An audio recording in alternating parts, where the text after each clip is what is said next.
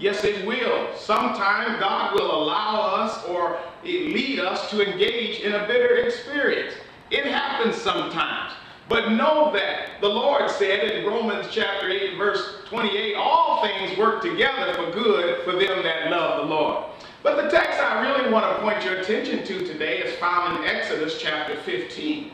There you find that Israel had not long been released from Egyptian captivity. They had just crossed the Red Sea, and now they've run out of water. They need fresh drinking water. They come to a place called Mira, and they can't drink the waters there because they're bitter. God has allowed them to stumble upon some bitter water or a bitter experience. Notice some important things about Israel's bitter experience. Notice, if you will, first of all, that Israel was in the will of God when they were brought upon this bitter experience.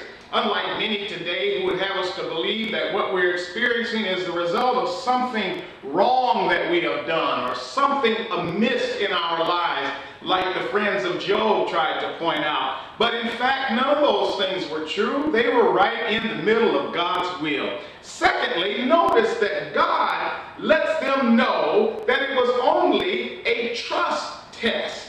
Just a test in trust. God wanted to lead them into a greater relationship, a deeper relationship of trust in Him.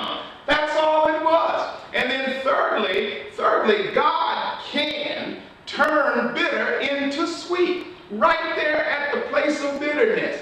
Oftentimes we feel that we have to leave a place of bitterness in order to regain sweetness. But God shows us in the text, my friends, that He is able to turn bitterness into sweetness right where we are. Isn't that a blessing? And so that's the word today, my friends. The bitter experience. Oh, it's not going to be bitter today. God is able to turn it if you give it to Him. Allow Him to deal with it. Throw it to Him. Let God have it. Let God have His way and His will.